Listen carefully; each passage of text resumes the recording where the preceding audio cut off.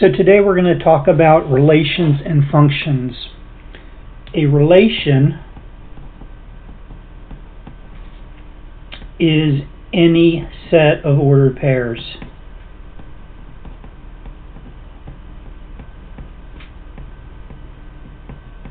Okay, and a set of ordered pairs is always written inside curly brackets, and each ordered pair is separated from the next one with a comma. So we might have -2, -1, -2 and 0, -1 and 1, 0 and 1, 1 and 2, and 2 and 3. And those are x's and y's. So that's one way to represent a relation as a set of ordered pairs. Another way, we can take that exact same data and write a table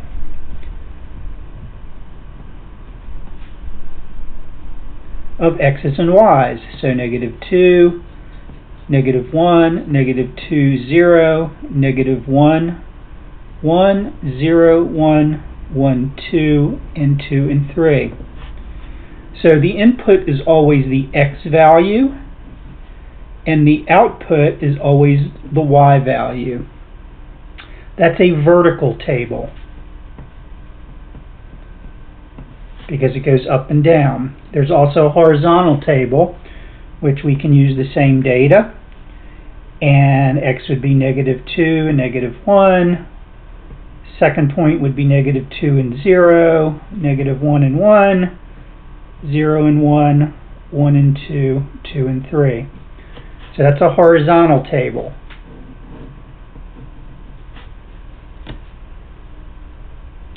The third type of way to represent a relation is a mapping diagram. So we'd have our -2 and -1 here, and we would draw an arrow to it. And then we'd have -2 and 0. We just have to write -2 once, and it's paired two different ways with -1 and 0. And you can go back here and see you have -2 and -1 and -2 and 0. Then you'd have -1 and 1 and 0 and 1.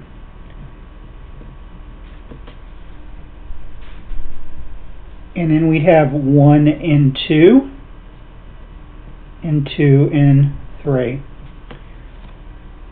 So the left shape is the input, which are the x's, and on the right side we have the output, which is the y's. So again, this is the same data, it's just a third way of representing the data in a relation. And then we could graph the points on the coordinate plane.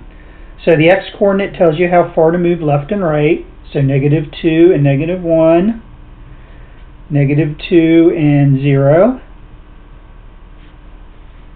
-1 and 1, 0 and 1, 1 and 2, and 2 and 3. So those are the four ways to represent a relation. Now we're going to talk about a special type of relation, and we're going to call it a function. So now you should take the other piece of paper and glue it into your notebook.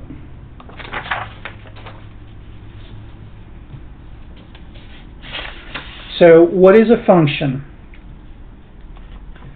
So we'll talk about what the function is in a second, but we're going to start with defining what the domain and range are. So the domain is the set of all x values, which is the input, and the range is the set of all y values, which is the output. So if you turn inside, we're going to first write a definition of what a function is. So a function is a relation. Remember, we just talked about relations, or sets of ordered pairs, in which every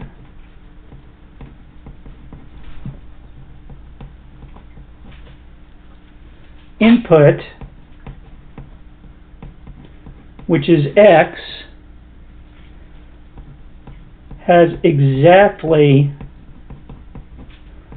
one output, which is y. So the basic rule, and we're going to say this a lot, is x's cannot repeat. That is very, very important. So you should probably circle that, highlight it, any way you can remember. X's cannot repeat. Okay, so for example, if you have a relation of x's and y's, and you have -3 and 1, 2 and 4, 1 and 1, and 5 and -3, that is in fact a function, because the x's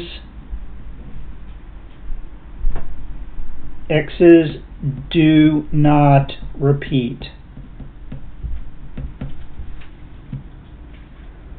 Now, graphically,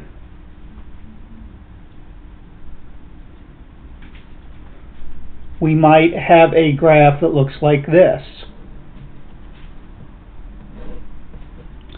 So these are my x and y axis.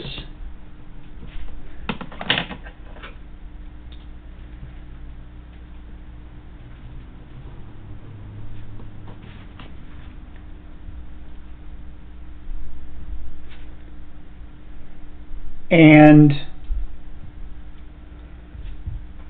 the x's go on forever in one direction, and back in the other direction as well. They never repeat. So that's an example of a graph of a function. The domain of the function we just talked about on the left here, it's all the values of x's, such that x equals -3, 2, 1, and 5. So that's a definition of a function.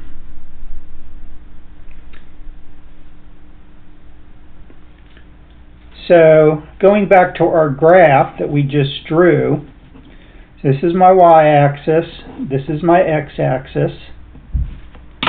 When I draw a function, we can do what's called the vertical line test. Vertical line test, which is VLT.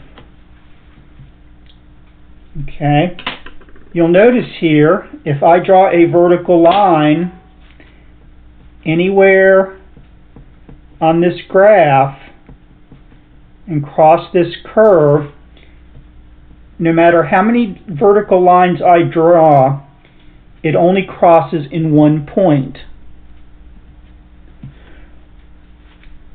So this is a function here, because the vertical lines only touch in one point. This right here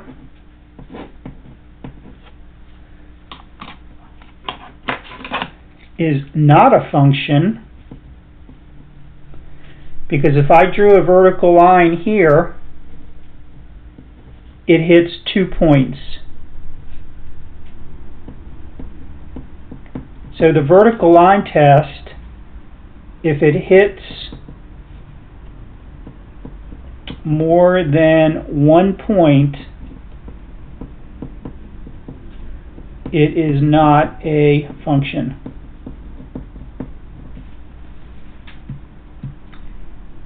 So here's an example. Here are some more examples of things that are not functions. For example, if I have these ordered pairs, I have a set of ordered pairs, 4, 6, 4, 1, and 5, 11. So you have a 4 here as an x and a 4 here as an x. So the x's repeat. So it is not a function. If I draw this as a map, it would look like this, a mapping table or mapping diagram. I have 4 mapping to 6 and 4 mapping to 1. Since there's 2 arrows coming out of x,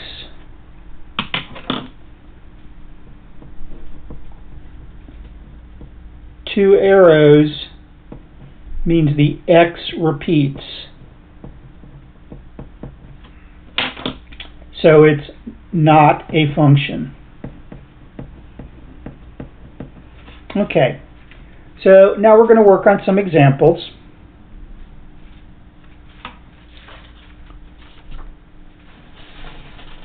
Just give me a second here. Okay, you'll see here I'm gonna color these in a little darker. There's 3 points here, and they're right on top of each other. If I use the vertical line test, what's going to happen? If I draw a vertical line, it's going to go through all those 3 points. The line I just drew in green goes through all 3 points. Oh, I'm sorry, you can't see that. So let me roll this back up here. I had my 3 points in blue. I draw a vertical line. Remember, that's straight up and down. This is not a function because a vertical line hits more than 1 point. Okay. Now, let's look at this input-output table. We have -4 and 4, -2 and -2, 1 and 0, 1 and 1. This is a function because the x's don't repeat. Now, don't be confused. The x's and y's can be the same. You have x's -4 and y's -4. X is -2 and y is -2. That's fine. What's important here is if you go down the column, the x's repeat. Actually, I take that back.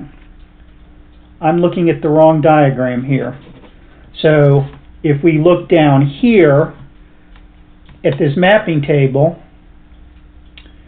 in fact, you have -1 and 1, 2 and 4, 3 and 4, and 5 and 6. So the x's don't repeat in this mapping diagram, and let me go ahead and draw this here. The x's don't repeat. There's only one arrow coming out of each x. Okay? So that is a function. And the domain of this function is -1, 2, 3, and 5. Those are my x's.